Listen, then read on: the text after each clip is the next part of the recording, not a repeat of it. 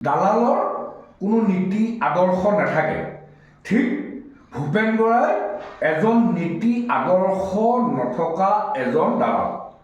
ভূপেন বৰাৰ নিচিনা মানুহে তেওঁ আজি কিছুদিনৰ আগত স্পষ্টভাৱে অসমবাসী ৰাইজক সংবাদ মাধ্যমেৰে কৈছিলে, মা কামাখ্যাৰ শপত খাইছিলে, বৰদোৱা থানৰ শপত খাই কৈছিলে যে মোৰ আদৰ্শ মই কংগ্ৰেছ দলেই কৰিম, মই কেতিয়াও মোৰ আদৰ্শ বিক্ৰী নকৰোঁ। কিন্তু ভূপেন বৰাই অসমীয়া জাতি সমগ্ৰ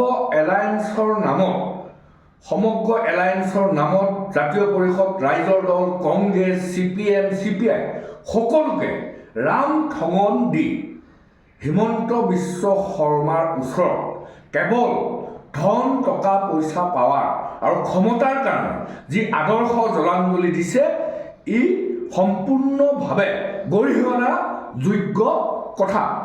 আৰু এটা কথা স্পষ্টকৈ বিজেপিৰ ডক্টৰ হিমন্ত বিশ্ব শৰ্মা আৰু RSSক দিলীপ শইকীয়াক বিজেপিৰ সভাপতিক মই সুধিব খুজিছোঁ, আজি কেইদিনমানৰ আগলৈকে মহিলা অশ্লীল ইংগিত দিয়া বুলি কোৱা ভূপেন বৰাৰ বিৰুদ্ধে অভিযোগ আনিছিলে কোনে?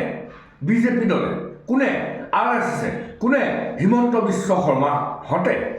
আৰু মহিলাক অশ্লীল ব্যৱহাৰ কৰা, মহিলাৰ টিকাত স্পৰ্শ কৰা বুলি অভিযোগ আনা সেই বিজেপি দলে একে ৰাতিৰ ভিতৰতে ভূপেন বৰাৰ নিচিনা মানুহক আকৌ বিজেপি দলত ল'ব খুজিছে। এয়াই হ'ল বিজেপিৰ কোনো নীতি আদৰ্শ নথকা যে এটা দল, তাৰেই প্ৰমাণ। আমি স্পষ্টভাৱে কৈ দিব খুজিছোঁ যে ভূপেন বৰাহঁতৰ নিচিনা মানুহে ডলাৰ বগৰী ক্ষমতাৰ কাৰণে জাতিটোক বিক্ৰী কৰা এই দালালবিলাকে যদি এইবাৰ ভোট বিচাৰি যায়, তেতিয়াহ'লে অসমীয়া মানুহে বুটি বাঢ়নিৰে এই দালালবিলাকক ঘৰৰ পৰা খেদি দিব। আৰু অসমবাসী ৰাইজে ভূপেন বৰাহঁতৰ নিচিনা আৰু বহুতো দালাল ইতিমধ্যে হিমন্ত বিশ্ব শৰ্মাৰ হৈ চোৰাংচোৰাগিৰি কৰি থকা আমি দেখিবলৈ পাইছোঁ।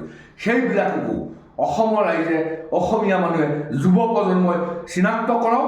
আৰু এইবাৰ আমি বিৰোধী ঐক্যই যিকোনো মূল্যৰ বিনিময় সাম্প্ৰদায়িক ফেচিবাদী, নৈৰাজ্যবাদী আৰু হিন্দু মুছলমান কৰি জাতি জনগোষ্ঠীক ভাগ ভাগ কৰি যি অসমখনক ধ্বংস কৰা যি ষড়যন্ত্ৰ কৰিছে, আমাৰ ব্যক্তিগতভাৱে মোৰ শেষ বিন্দু তেজ থকালৈকে কেতিয়াও জাতিটো বিত্তেই নকৰোঁ।